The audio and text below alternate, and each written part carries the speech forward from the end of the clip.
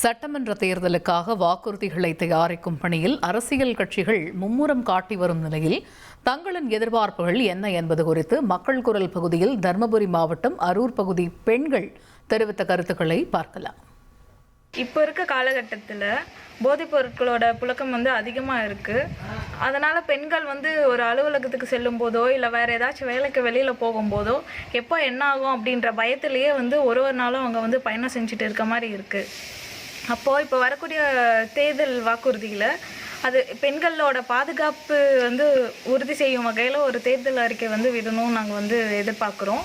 அது மட்டும் இல்லாமல் கிராமப்புறங்கள்லையோ இல்லை நகர்ப்புறங்கள்லேயோ துப்புரவு பணியாளர்களாக பெண்கள் அதிகமாக பங்கு வகிக்கிறாங்க. அப்போது அவங்களோட அவங்க பணிக்கு பாதுகாப்பு மற்றும் அரசு பணியாக நிரந்தரமான ஒரு பணியாக அதை மாற்றணும் அப்படின்னு சொல்லி வரக்கூடிய 2026 தேர்தல் வாக்குறுதியில் நாங்கள் எதிர்பார்க்குறோம். முக்கியமான விஷயம், மதுக்கடைகளை மூடணும். தமிழகம் எங்கும் மதுக்கடைகளை மூடணும். பெண்கள் தான் அதில் முழுக்க பாதிக்கப்படுறாங்க. அதில் இளம் விதவைகள் மட்டும் பார்த்தீங்கன்னா 13,000 சொல்கிற நம்ம தருமபுரி மாவட்டத்தில் மட்டும் இருக்கும். அப்படின்னா தமிழகம் முழுவதும் எவ்வளோ இருக்காங்கன்றது நீங்கள் பார்த்துக்கணும். அப்படி இருக்கும்போது அனைத்து விஷயத்துலையும் பெண்கள் தான் இந்த மதுக்கடைகளால் பாதிக்கப்படுறாங்க. இதுக்கு நாங்கள் தேர்தல் கோரிக்கை எதிர்பார்க்குறோம். அடுத்தது பார்த்திங்கன்னா துப்புரவு பணியாளர்களுக்கு பணி நிரந்தரம் பண்ணணும். அவங்களுக்கு ஊதிய உயர்வு அளிக்கணும். தமிழகத்தை சுத்தப்படுத்துறதுல அதிகப்படியான ஒரு ஆளுங்க பார்த்திங்கன்னா பெண்கள் தான் இருக்காங்க. அந்த பெண்களுக்கு நியாயமான ஒரு சம்பளம் வேணுன்றது எங்களோட தேர்தல் கோரிக்கையாக இருக்குது. இப்போ இருக்கிற காலகட்டத்தில் பெண் பிள்ளைகள் படிச்சுட்டு நிறைய பின்தாங்கி இருக்கிறாங்க. இது எதனாலன்னா மார்க்கின் அடிப்படையில் பெண் பிள்ளைகளுக்கு வேலை, பெண் பிள்ளையாக இருக்கட்டும் ஆண் பிள்ளைகளாக இருக்கட்டும், அதாவது மார்க் அடிப்படையாக வச்சு வேலை வாய்ப்பை உறுதி செய்கிறாங்க. அப்படி உறுதி செய்கிறதுனால அதிக மார்க் எடுத்த பிள்ளைங்க வேலைக்கு போயிடுறாங்க.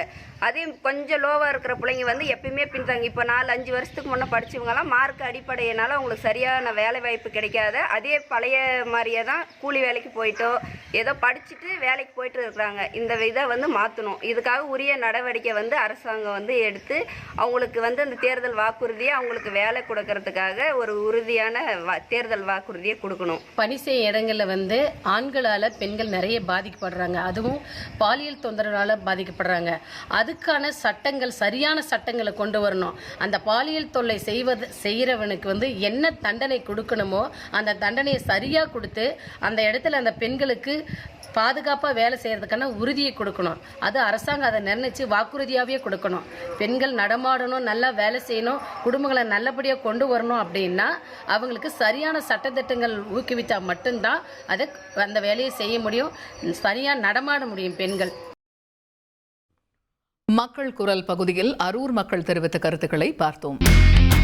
இனி செல்லும் இடமெல்லாம் செய்தி. தந்தை டிவியின் வாட்ஸ்அப் சேனலை ஃபாலோ பண்ணினா செல்லருக்கும் இடமெல்லாம் செய்தி. இதோ QR கோட், இப்பவே ஸ்கேன் பண்ணுங்க, ஃபாலோ பண்ணுங்க.